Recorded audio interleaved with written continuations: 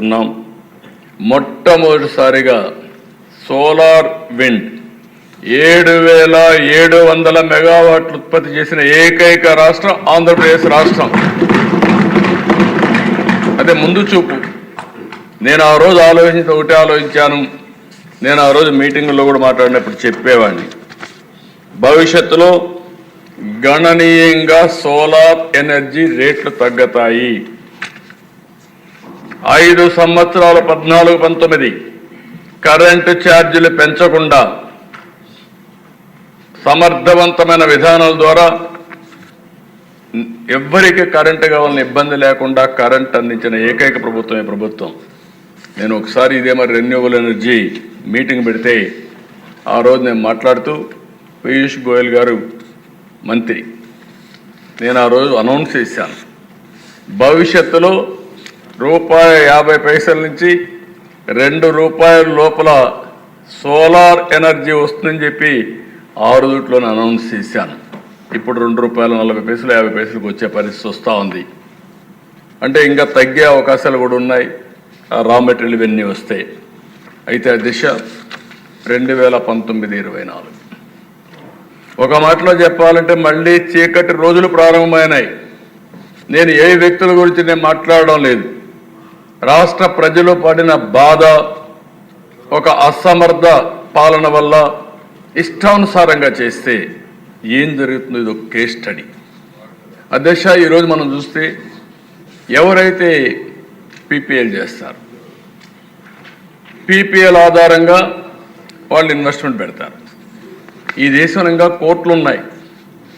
ఏదైనా సరే కాంట్రాక్టు చేసుకున్న తర్వాత అది కూడా గవర్నమెంట్ చేసినప్పుడు కంపల్సరీగా దాన్ని ఆనర్ చేసే బాధ్యత ఉంటుంది. లేకపోతే కోర్టుకు పోతే వాళ్ళకు మళ్ళీ నష్టపరిహారంతో సహా కట్టించే పరిస్థితి కూడా వస్తుంది. ఏదైతే సోలార్ పవర్ ఉంది వాడలేదు, వాడకుండా ఇష్టానుసారంగా చేస్తే ఇప్పుడే రవికుమార్ గారు చెప్పారు, ఇది ఇంటర్నేషనల్ ఇష్యూ అయితే దావోస్లో కూడా రేజ్ చేస్తే ఇండియాలో ఇలాంటి ప్రభుత్వాలు ఉన్నాయి, మేము ఇండియాకి ఎందుకు రావాలి, పెట్టుబడులు పెట్టామంటే అప్పుడు చాలాసార్లు స్టేట్మెంట్ కూడా ఇచ్చారు. ఆనాటి ఫైనాన్స్ మినిస్టర్ కానీ పవర్ మినిస్టర్లు అందరూ మాట్లాడే పరిస్థితికి వచ్చారు. వితండవాదంతో ఎగోయిస్టిక్గా కావాలని నెపాలేసి అవినీతి ఆరోపణలు చేసి వాడకుండా చేస్తే దిశ హైకోర్టు ముట్టుకాయలేసి ఒక ఆర్డర్ ఇచ్చారు. ఏదైతే నువ్వు వాడవలసిన కరెంటు నువ్వు తీసుకోలేదు, కానీ వాళ్ళకు ఏదైతే 2 ఉంటాయి అధ్యక్ష ఇక్కడ, ఒకటి ఆపరేషనల్ కాస్ట్, ఒకటి క్యాపిటల్ కాస్ట్. మీరు వాడలేదు కాబట్టి ఇది ఆపరేషనల్ కాస్ట్, అంటే ఎండతో కరెంట్ వస్తుంది కాబట్టి 9,000 కోట్ల రూపాయలు మీరు పే చేయాలని హైకోర్టు డైరెక్షన్ ఇస్తే మనం వాడుకొని ఉంటే ఆ కరెంటు మీరు గుర్తుపెట్టుకోవాల్సిన దిశ మనకి ఇబ్బంది వచ్చేది కాదు. 9,000 కోట్ల రూపాయలు పే చేశారు.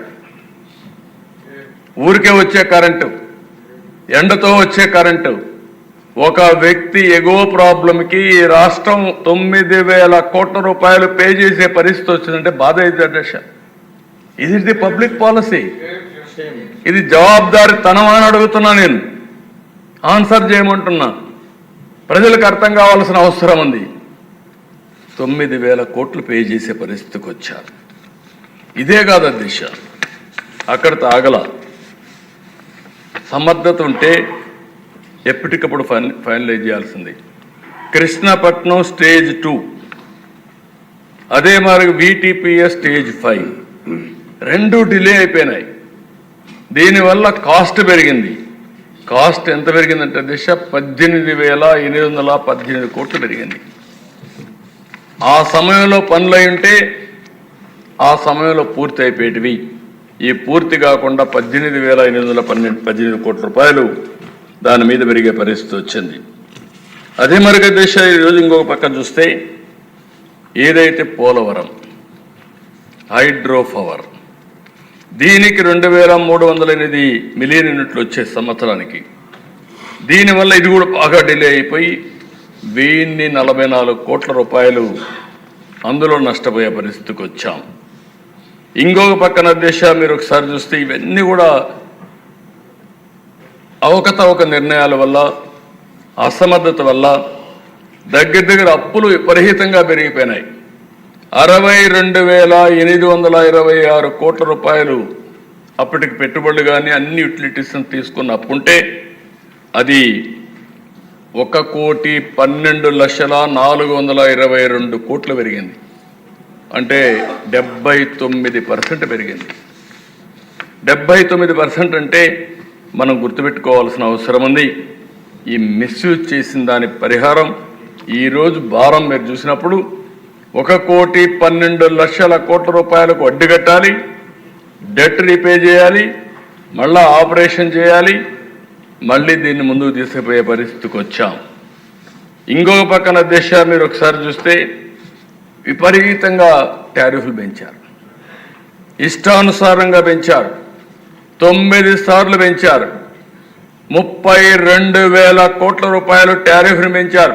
పేద ప్రజలపైన భారం వేశారు. వాళ్ళపైన వేసింది కూడా మీరు చూస్తే అధ్యక్ష 50 యూనిట్లు ఉపయోగించే వాళ్ళపైన బిల్లు 100 రూపాయలు ఉంటే అది 199 చేశారు. 100 యూనిట్లు వాడే వాళ్ళకు ₹2.44 ఉంటే అది ₹4.53 చేశారు, 86%. 200 యూనిట్ల లోపల ఉంటే ₹632 ఉంటే 1,123 చేశారంటే 78%. 300 పైన ఉండే వాళ్ళు 1,173 ఉంటే 2,037 చేశారు, 29%. అంటే పేదవాళ్ళ పైన పెనుభారం వేశారు. ఇష్టానుసారంగా పెంచి వీళ్ళు ఇంకో పక్కన మీరు చూస్తే అధ్యక్ష ఈ టారిఫ్ అడ్జస్ట్మెంట్స్ అనే పేరు పెట్టి 16,699 కోట్లు పెంచారు. నేను ముఖ్యమంత్రిగా చాలాసార్లు పనిచేశాను కానీ నాకే అర్థం కాలే ఈ పేరు చూస్తూ ఉంటే. ఫ్యూయల్ సర్చార్జ్ 5,896 కోట్లు, ట్రూ అప్ ఛార్జెస్ 3,977 కోట్లు, ఎలక్ట్రిసిటీ డ్యూటీ 5,604 కోట్లు. నేనున్నప్పుడు అధ్యక్ష ₹1 వేసి అది కూడా ఎలక్ట్రిసిటీ బోర్డును తీసుకోమన్నాం. 4 పైసలు ₹1 కూడా 4 పైసలు 6 పైసలు వేసి 6 పైసలు వేసి 6 పైసలు కూడా వాళ్ళు తీసుకోమన్నాం. అలాంటిది ₹1 వేసి వీళ్ళు తీసేసుకున్నారు, గవర్నమెంట్ తీసేసుకునే పరిస్థితికి వచ్చారు. ఈ విధంగా చూస్తే అధ్యక్ష 19-24లో 32,166 కోట్ల రూపాయలు వినియోగదారులపైన భారం వేసే పరిస్థితికి వచ్చారు. గ్రోత్ ఎంత పెరిగిందంటే 4.8%. అదే 14-19లో 36% పెరిగింది. 36% వినియోగం పెరిగిందంటే అభివృద్ధికి నాంది పలికినట్టు. అది 4.8% తగ్గిపోయిందంటే దీన్ని బట్టే మనం అర్థం చేసుకోవాల్సిన అవసరం ఉంది ఏం జరిగిందని. మళ్ళీ పోతూ అధ్యక్ష ఎలక్షన్లు వచ్చాయి కాబట్టి ఆ అవార్డ్స్ ఇప్పించి పెండింగ్ పెట్టి కూర్చునే పరిస్థితికి వచ్చారు.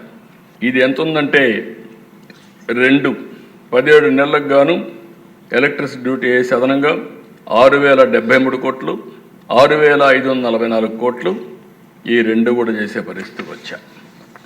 అంటే ఆ దశ ఇవన్నీ మీరు చూసిన తర్వాత దగ్గర 50,000 కోట్ల రూపాయలు ఒక పక్క, ఇవి చూస్తే ఇంకొక 50,000 వినియోగదారుల పైన కానీ వ్యవస్థ పైన వేసిన భారం మీరు చూస్తే 1,00,000 కోట్ల రూపాయలు అదనంగా భారం పడిందంటే ఈరోజు ఒక వ్యవస్థలో మనం అందరం గుర్తుపెట్టుకోవాల్సిన అవసరం ఉంది. వచ్చినప్పటికీ కరెంటు కోతలు ఉంటే అవన్నీ స్ట్రీమ్ లైన్ చేశాం. నేను ఒకటే హామీ ఇస్తున్నా, ఇక్కడే చీఫ్ సెక్రటరీ గారు ఉన్నారు, పవర్ ఆయనే చూస్తున్నారు, మొన్నటి వరకు ఉన్నారు పవర్ సెక్రటరీగా. ఒకటే హామీ ఇస్తున్నాం, ఎట్టి పరిస్థితిలో ఎక్కడా లో వోల్టేజ్ కూడా లేకుండా నిరంతరం అనుకున్న లక్ష్యాలకు అనుగుణంగా పవర్ ఇచ్చే బాధ్యత ఈ ప్రభుత్వం తీసుకుంటామని కూడా హామీ ఇస్తున్నాం. రెండో విషయం కూడా చాలా స్పష్టంగా చెప్తున్నాను, కరెంటు ఛార్జీలు తగ్గించిన మాకు వారసత్వంగా కొన్ని సమస్యలు వచ్చాయి, చాలా సమస్యలు వచ్చాయి, కొన్ని కాదు. నేను ఒకటే మాట చెప్పాను, ఈరోజు నేను 4వసారి ముఖ్యమంత్రి అయిన తర్వాత ప్రతి ఒక్క వ్యవస్థలో కూడా చూస్తే అంతుబట్టనటువంటి సమస్యలు వచ్చాయి. ఇంకొక పక్కన ఈ వ్యవస్థని మీరు చూస్తే 30 ఏళ్లుగా నాకు మనసుకు దగ్గరుండే డిపార్ట్మెంట్ ఇది. ఐఏఎస్ ఆఫీసర్లు చేయలేమంటే ఆ రోజుట్లోని రమాకాంత్ రెడ్డి గారు ఉండేవారు. నా వల్ల కాదు సార్ అంటే నీకెందుకు, నేనున్నాను, నేను చేస్తానని చెప్పి కూర్చొని పెట్టుకొని బాధ్యత తప్పచెప్పి ఎప్పటికప్పుడు గైడ్ చేసేవాడిని. కడాన రేచల్ చటర్జీ ఉండేది. లేదు సార్ అది టెన్షన్ డిపార్ట్మెంట్, నా వల్ల కాదు, నా ఆరోగ్యం బాగాలేదంటే నేను ఏదో కేరళకు పోతున్నాను. మంచి ఆఫీసర్, మంచి ఆఫీసర్లు కాబట్టి నేను ఒకటే చెప్పాను, మీరు ఉండాల్సిందే తప్పదని, కావాలంటే మీరు ఏమైనా చేయండి అని అలాంటి వాళ్ళని పెట్టి స్ట్రీమ్ లైన్ చేశాం. అలాంటిది మీరు చూస్తే అధ్యక్ష నిన్న కూడా పవర్ సప్లై అగ్రిమెంట్లు సెక్కీతో చేసింది. ఇవన్నీ ఒక భారం అయిపోయే పరిస్థితికి వచ్చింది. కానీ సావరిన్ పవర్స్ సంతకాలు పెట్టిన తర్వాత పెనాల్టీస్ ఉంటాయి, అన్నీ మళ్ళీ క్రెడిబిలిటీ ఉంటుంది, విశ్వసనీయత ఉంటుంది. ఈ సమస్యలతో సతమతమయ్యే పరిస్థితికి వచ్చాం. అయితే నేనేదో ఇవన్నీ చెప్పి తప్పించుకోవడానికి సిద్ధంగా లేను. ఎట్టి పరిస్థితుల్లో ఈ రాష్ట్రాన్ని మళ్ళీ అన్ని అవకాశాలు అందిపుచ్చుకొని ఏం చేయాలనో అవి చేయడానికి ఎన్డీఏ ప్రభుత్వం సిద్ధంగా ఈ రాష్ట్రంలో ఉందని మరొక్కసారి హామీ ఇస్తున్నాను. అందుకని అధ్యక్ష ఈరోజు ఇక్కడే మెంబర్స్ అందరినీ కోరుతున్నా, ఎప్పటికప్పుడు కొత్త కొత్త అవకాశాలు వస్తాయి. ఈరోజు పవర్లో ఊహించని అవకాశాలు వచ్చాయి, విజువలైజ్ చేసే అవకాశాలు వస్తాయి. లేకపోతే అర్థం కాకపోతే అఘాతంలోకి వెళ్ళిపోయే పరిస్థితికి వస్తాం. దానికి కారణం గ్రీన్ ఎనర్జీ. ఈరోజు అధ్యక్ష గ్రీన్ ఎనర్జీ మీరు చూస్తే గ్లోబల్ వార్మింగ్ పెరిగింది. ఏదైతే గ్లోబల్ వార్మింగ్ పెరిగిన తర్వాత ప్యారిస్లో అగ్రిమెంట్ కూడా చేశారు. దీని ప్రకారం మన ప్రధానమంత్రి గారు కూడా ఇండియా లీడ్ చేస్తామని ముందుకు వచ్చారు, ఒక హామీ ఇచ్చారు.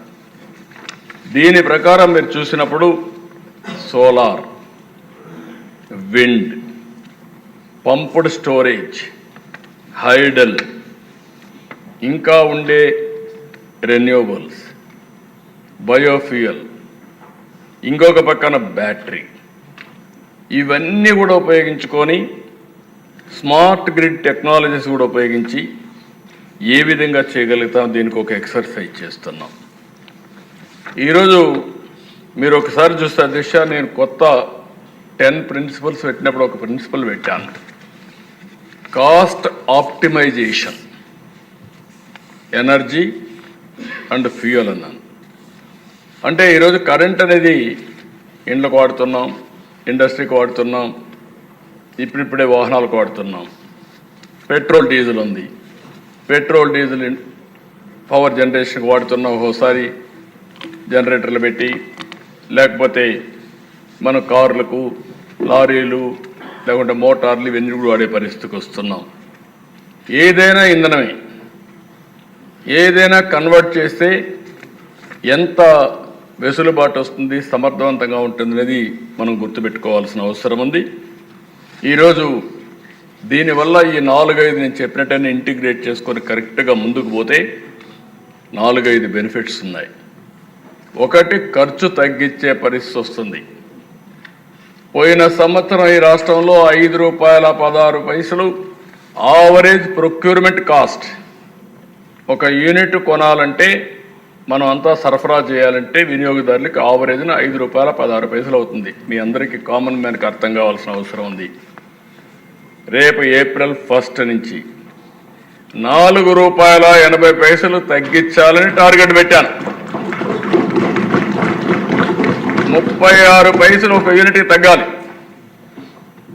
తగ్గాలంటే ఏం చేయాలి? ట్రాన్స్మిషన్ లాసెస్ తగ్గిస్తారా, మంచి నాణ్యమైన కోల్ తీసుకొస్తారా, లేకపోతే సోలార్ పెంచుతారా, లేదంటే విండ్ పెంచుతారా? ఇవన్నీ చేసి 36 పైసలు ఈ సంవత్సరం తగ్గించాలి. నేను అందుకే ఎన్నోసార్లు చెప్పాను, నేను వస్తే తప్పకుండా మళ్ళీ కరెంటు ఛార్జీలు పెంచనని చాలా స్పష్టంగా చెప్పాను. ఇది వీలో పెట్టుకొని చెప్పాను. నేను ఒకసారి కాదు 2-3 సార్లు నేను చెప్పాను. దీనివల్ల కాస్ట్ ఆప్టిమైజేషన్ చేయడం కోసం ముందుకు పోతున్నాం. ఏమేం చేస్తాం కూడా మీకు ఒకసారి ఎక్స్ప్లెయిన్ చేస్తాను. రెండోది green energy. Global warming, sustainable economy ఉండాలంటే గ్రీన్ ఎనర్జీ తప్ప వేరే మార్గం లేదు.